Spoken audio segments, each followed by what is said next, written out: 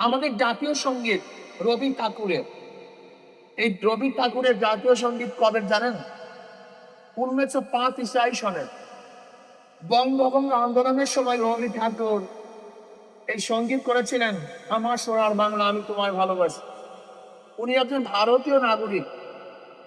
কোন দেশের জাতীয় সঙ্গীত অন্য দেশের নাগরিকের রচিত সঙ্গীত আসতে বলে আমি জানি না। আপনারা জানেন কিনা আমি জানি না। গোটা দুনিয়ার কোন দেশের জাতীয় সঙ্গীত অন্য দেশের নাগরিকের সঙ্গীত জাতীয় সঙ্গীত করা হয়েছে, এটা বাংলাদেশ ছাড়া দ্বিতীয় কোনো নজির নেই। রবি ঠাকুর ভারতের নাগরিক, রচনা করতেন ভারতে বসে 1905 সনে। আজকে বলেন তো 71-এর পরে কোথায় 1905 আর কোথায় 1971? এত বছর পরে রবি ঠাকুরের সেই কবিতা জাতীয় সঙ্গীত হবে কেন? তার মানে এই সঙ্গীত আমাদের সঙ্গীত নয়, এটা ভারতের সঙ্গীত। যদি এখন এর মোকাবেলা করি আমরা দেশদ্রোহী হয়ে যাব। জাতীয় সঙ্গীত পছন্দ করি না, একটা আজীব রেট। দেখেন আজকে বর্তমানে প্রত্যেকটা স্কুলে গানের শিক্ষক নিয়োগ দিবে। আচ্ছা বলেন তো, গান বাজনা ঢোল তবলা এটা কাদের সংস্কৃতি? কথা বলেন হিন্দুদের। এটা হিন্দুদের, তাদের পূজা আশ্রয় সব জায়গায় গান বাজনা চলে, এটা হিন্দুদের সংস্কৃতি। এখন যদি আমি বলি হিন্দুর সংস্কৃতি বাস্তবায়নের জন্য চেষ্টা করতেছ, আমি দেশদ্রোহী, আমি দেশের বিরোধী। তোমরা বাস্তবায়ন করবে হিন্দুদের সংস্কৃতি, আর আমরা কথা বললেই আমরা দেশদ্রোহী হয়ে যাব। আচ্ছা বলেন তো, পহেলা বৈশাখে যে সংস্কৃতি চালু হয়েছে, দেখবেন গেঞ্জির উপরে ছবি, পেঁচার ছবি, দেখেন নাই? ঢোল তবলা হারমোনি একতারা। আচ্ছা বলেন তো, সুসংবাদ নিয়ে আসে পেঁচা, এটা হিন্দুদের মতবাদ, এটা আমাদের মতবাদ নয়। তুমি পহেলা বৈশাখে সুসংবাদ নিয়ে আসবা, বার্তাবহ পেঁচা, আর এইটা আমাকে মানতে হবে আমি মুসলমান হিসাবে। এটা হিন্দুদের সংস্কৃতি, মুসলমানের সংস্কৃতি না। তুমি কাঁপিয়ে দাও হিন্দুদের সংস্কৃতি, আর যদি আমরা কথা বলি তুমি বলবা বাঙালি বিরোধী। এক আজীব দেশ। দেশ কায়েম করার জন্য প্রয়োজন ওলামাই কেরামের। কিন্তু আফসোস ও দুঃখ, যারা ইনসাফ ভিত্তিক রাষ্ট্র গঠন করতে পারে, সৃষ্টি করতে পারে, তারা এই কাজ করতে চায় না, এই কাজকে পছন্দ করে না, এই কাজের থেকে অনেক দূরে, এমনকি এটাকে বুজুর্গিও মনে করে না। অথচ তামাম নবীদের মধ্যে শ্রেষ্ঠ নবী আমার নবী জনাব মুহাম্মদ রাসূলুল্লাহ সাল্লাল্লাহু আলাইহি ওয়াসাল্লাম। সমস্ত নবীদের পরে খোলাফায়ে রাশিদিন সর্বশ্রেষ্ঠ। এই 5 জন ব্যক্তি সর্বশ্রেষ্ঠ, 5 জন রাষ্ট্রের প্রধান। এই 5 জন ধরে বলে রাষ্ট্রের প্রধান। অথচ আমাদের দেশে ওলামায়ে কেরাম রাষ্ট্রের সম্পর্কে আলোচনা করতেই চায় না, করাকেও পছন্দ করে না। শুধু কি তাই, ওলামায়ে কেরাম কত বিমুখ অবস্থায় আছেন কি দাও করতে পারবেন না। আমরা কাদিয়ানি আকীদা নিয়ে আলোচনা করি, কাদিয়ানিদেরকে কাফের বেঈমান বানাবার জন্য কত সেমিনার, কত টেম্পোরিয়াম, কত আন্দোলন করেছি। কিন্তু যারা বলে শরিয়া আইনে বিশ্বাসী না, তাদের বিরুদ্ধে আমরা কথাও বলি না। আশ্চর্য মানুষ আমরা, এক আজীব জাতি। আচ্ছা বলেন তো, খতমে নবুয়াতের ব্যাপারে যিনি কাদিয়ান অস্বীকার করে যে শেষ নবী আমার নবী না, তাহলে যদি কাদিয়ানের কাফের হয়, তাই যারা বলে আমরা শরিয়াতে আইনে বিশ্বাসী না, তারা কি হবে? আশ্চর্য বিষয়। অথচ তাদেরকে কুলে তুলে নেয়া আমি আশ্চর্য হয়ে যাই, আমাদের তামাশা দেখে আমি নিজে আশ্চর্য হয়ে যাই। আমি বিশ্বাসই করতে পারি না আমাদের অবস্থা নেই। জয় সাহেব মৌলবাদীদের বিরুদ্ধে কথা বলছেন, এই জন্য জয় সাহেব খারাপ। কিন্তু তারেক সাহেব যদি মৌলবাদীর বিরুদ্ধে কথা বলেন, তারেক সাহেব কি হবে? না, সে প্রশংসা প্রাপ্ত হবে, সে দামি হয়ে যাবে। এক আজীব রাষ্ট্র, এক আজীব দেশ। যদি আমরা ইসলামী আইনে পছন্দ না করি, ইসলামী আইনে রাষ্ট্র কায়েম করতে না চাই, তাহলে যদি খারাপ হই, যারা চাইবে না তারা কি হবে? প্রশংসা প্রাপ্ত হবে, তারাও তো খারাপ হবে। আসলে আমাদের সমস্যাটা কি? আফালা তাতাফাক্কারুন, আফালা তাআকিলুন, আফালা তুবসিরুন। আসলে আমাদের চিন্তাই নেই, ভাবনাই নেই, আমাদের সেকেন্ড নেই, আকল নেই। আমি শ্রদ্ধাভাজন ওলামাই ক্রামকে বলবো, শ্রদ্ধাভাজন ওলামাই ক্রামকে বলবো, আসুন না, জনাব মুহাম্মদ রাসূলুল্লাহ সাল্লাল্লাহু আলাইহি ওয়াসাল্লাম যদি রাষ্ট্রপ্রধান হয়ে থাকেন, খোলাফায়ে রাশিদিন যদি রাষ্ট্রপ্রধান হয়ে থাকেন, আজকের থেকে আপনাকে আমাকেও চিন্তা করতে হবে, ওয়ারাসাতুল আম্বিয়া উলামায়ে কেরাম রাষ্ট্রপ্রধান হবে। এরা মসজিদের ইমাম হবে, রাষ্ট্রের ইমাম এরাই হবে। এদের কাছেই জাতি নিরাপদ, এদের কাছে মাখলুকাত নিরাপদ, এদের কাছে পুরুষ মহিলা গরিব দুঃখী মেহনত মানুষ সব নিরাপদ, এদের কাছেই রাষ্ট্রের মাল নিরাপদ, এদের কাছেই মানুষের জান ইজ্জত নিরাপদ। আমি বিশ্বাস করি ওলামায়ে কেরাম যদি নেতৃত্বে চলে আসেন, তাহলে মানুষ শিখবে, জানবে, বুঝবে, তারা ওলামায়ে কেরামকে নেতা হিসেবে মেনে নেবে ইনশাআল্লাহ। আপনি কি জানেন বাংলাদেশের অবস্থা কি? আজকে বাংলাদেশের জনগণের অবস্থায় তাদের চক্ষু খুলে গেছে।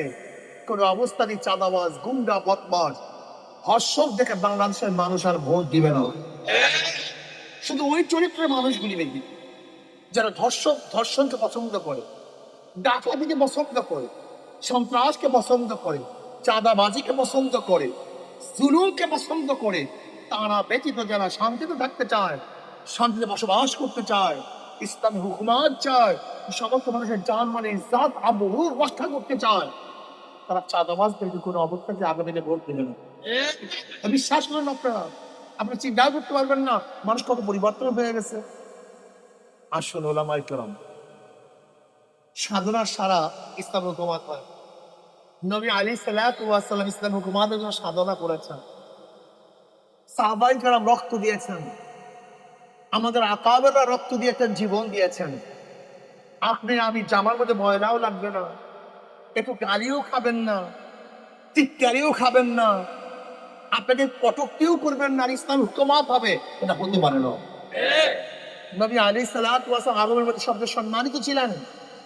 যখন এই কলেমার দাওয়াত দেওয়া শুরু করলেন, তার শত্রু কোনো অভাব ছিল না।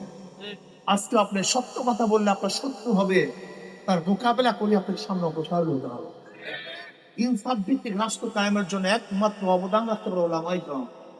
সচেতন হন, ঐক্য হন, একসাথে কাজ করেন, এক মতে কাজ করেন, এক আওয়াজে কথা বলেন, ইনশাআল্লাহ অবশ্যই অবশ্যই সেদিন বেশি দূরে নয়।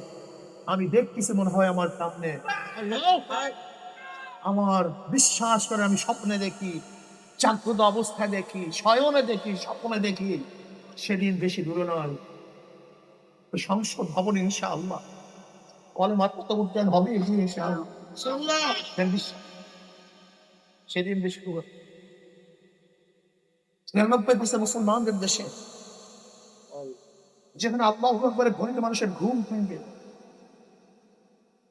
মোড়ে মোড়ে মসজিদ, মোড়ে মোড়ে মাদ্রাসা, লক্ষ লক্ষ ওলামায়ে কেরাম, লক্ষ লক্ষ ইমাম, লক্ষ লক্ষ মুয়াজ্জিন।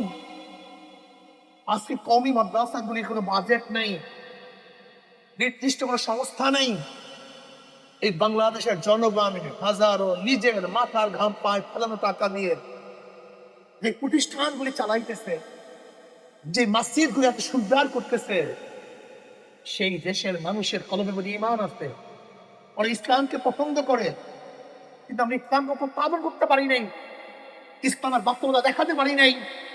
আমি বিশ্বাস করি যে ইসলামকে সুন্দরভাবে উপস্থাপন করতে পারি, এই রিক্সাওয়ালা, আমার ঠেলাওয়ালা, আমার গরিব চাচি তাঁতি সমস্ত মানুষগুলি ঝাঁপিয়ে পড়ে ইসলামকে রক্ষা করার জন্য, ইসলাম হুকুমাত কায়েম করার জন্য।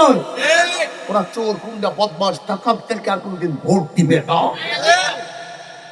ইব্রাহিম প্রস্তাব দিয়েছে, বাবা রাজি হয় নাই, মেয়ের সামনে সে বাবাকে হত্যা করা হয়েছে।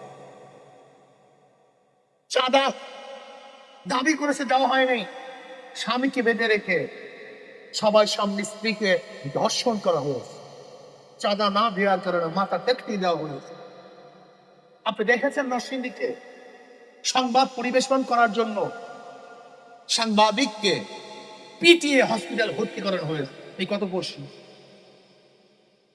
এদেরকে মানুষ আর ভোট দিবে না। বাবা, মানুষ বুঝে ফেলতে এরা কি চায়, ক্ষমতায় গিয়ে আল্লাহ না করুক যে অবস্থা শুরু হয়েছে, এখনো ক্ষমতায় যেতে পারে না, ভয় আছে। যেতে পারি কি পারি না, ভোট দেবে কি এখনো কি আছে?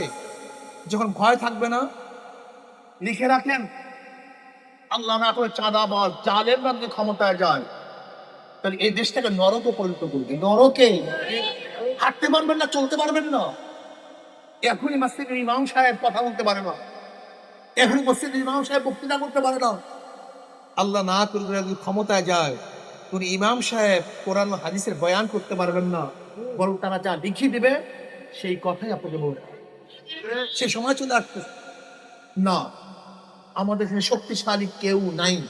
শুধু ঐক্য হন, শুধু ঐক্য হন, শুধু ঐক্য হন। মুসলমানদের চেয়ে, ওলামায়ে কেরামের চেয়ে, দিনদারের চেয়ে শক্তিশালী কোনো গোষ্ঠী এই বাংলাদেশে নেই। সবচেয়ে আমরা শক্তিশালী, যদি ঐক্যবদ্ধ হতে পারি, আমাদের চেয়ে বড় শক্তিশালী বাংলাদেশের কেউ নেই। এক নীতি ও এক আদর্শে, একই মুখে, একই ধ্যানে কথা বলি, অবশ্যই ইনসাফ ভিত্তিক রাষ্ট্র কায়েম হবে। আল্লাহ আমাকে এবং আমাদের সবাইকে, খাস করে ওলামায়ে কেরামকে এক ও ন্যাক হয়ে কাজ করার তৌফিক দান করেন। মাত্র কয়েকটা মাস আছে আগামী নির্বাচনে, ওলামায়ে কেরাম আসুন না জীবনভর, ওদেরকে ভোট দিয়েছি, একটাবার পরীক্ষা করুন। ইসলামকে একটাবার পরীক্ষা করুন। ওদেরকে বারবার পরীক্ষা করেছেন, বারবার ফেল করেছে। ইসলামকে একবার পরীক্ষা করুন, ইনশাআল্লাহ। ইসলাম ফেল করার কোনো আদর্শ নয়। ইসলাম অবশ্যই ফার্স্ট ক্লাস, আসতে পাস করবে ইনশাআল্লাহ। আসুন একটাবার ইসলামকে পরীক্ষা করুন। ইসলাম ঠকবে না, অবশ্যই জিতবে। দ্বিতীয়বার পরীক্ষা দেওয়ার দরকার হয় না। আপনারা ইনশাআল্লাহ ইসলামকে বারবার ক্ষমতায় নেবেন। আল্লাহ আমাকেও আমাদের সবাইকে কবুল করে নেন, খাস করে ওলামা মাশায়েখ আহমদ পরিষদকে আল্লাহ পাক কবুল করে নেন। এই কাফেলাকে আল্লাহ পাক আরো বেশি শক্তিশালী করে দেন। আল্লাহুম্মা আমিন। ربنا ظلمنا انفسنا وان لم تغفر لنا وترحمنا لنكونن من الخاسرين। আল্লাহ ওলামায়ে কেরামকে কবুল করেন। আল্লাহ ওলামায়ে কেরামকে এখন এখন তৌফিক দিয়ে দেন। আল্লাহ আমাদের কলবে ঐক্য করে আমিন। ওলামায়ে কেরামকে এখন এখন তৌফিক দিয়ে দেন। আল্লাহ কালেমা তো মুসলমানদেরকে এখন এখন তৌফিক দিয়ে দেন। আমিন। আপনার জন্য আপনার হুকুমত কায়েম করে দেন। আল্লাহ ইসলাম হুকুমতের জন্য সাহাবায়ে কেরামদের নমুনা ইসলামের জদ্দোজাহাদ করার তৌফিক দিয়ে দেন। আমিন।